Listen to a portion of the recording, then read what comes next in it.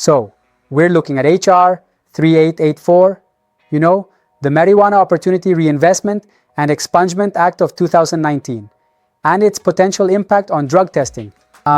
Basically, if HR 3884 gets passed, it could really endanger the public by altering current DOT testing protocols. That's what I've heard.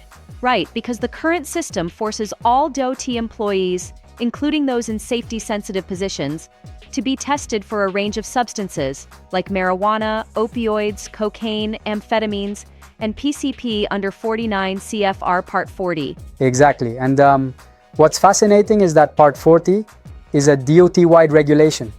It doesn't matter if you're under FAA rules or FMCSA rules.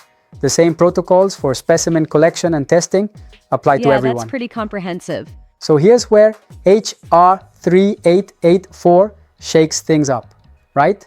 If states pass laws to legalize marijuana, or even if certain drugs get rescheduled, HHS and DOT won't be allowed to test for those drugs.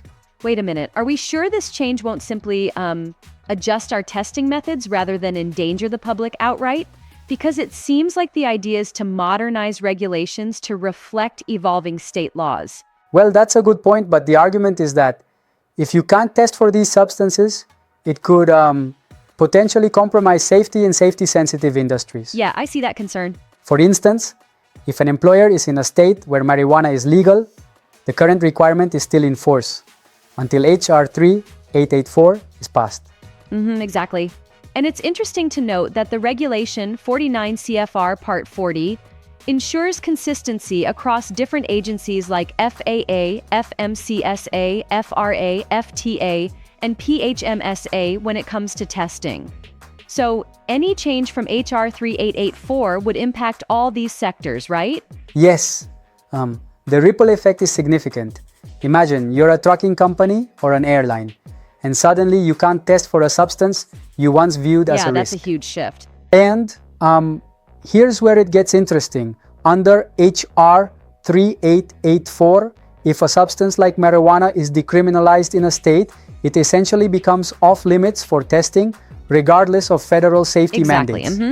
But isn't that a bit risky on one hand? I mean, there's a real concern about ensuring public safety through comprehensive drug testing, especially in roles where every second counts. True. And that's why many argue that HR 3884 could endanger the public if not handled properly.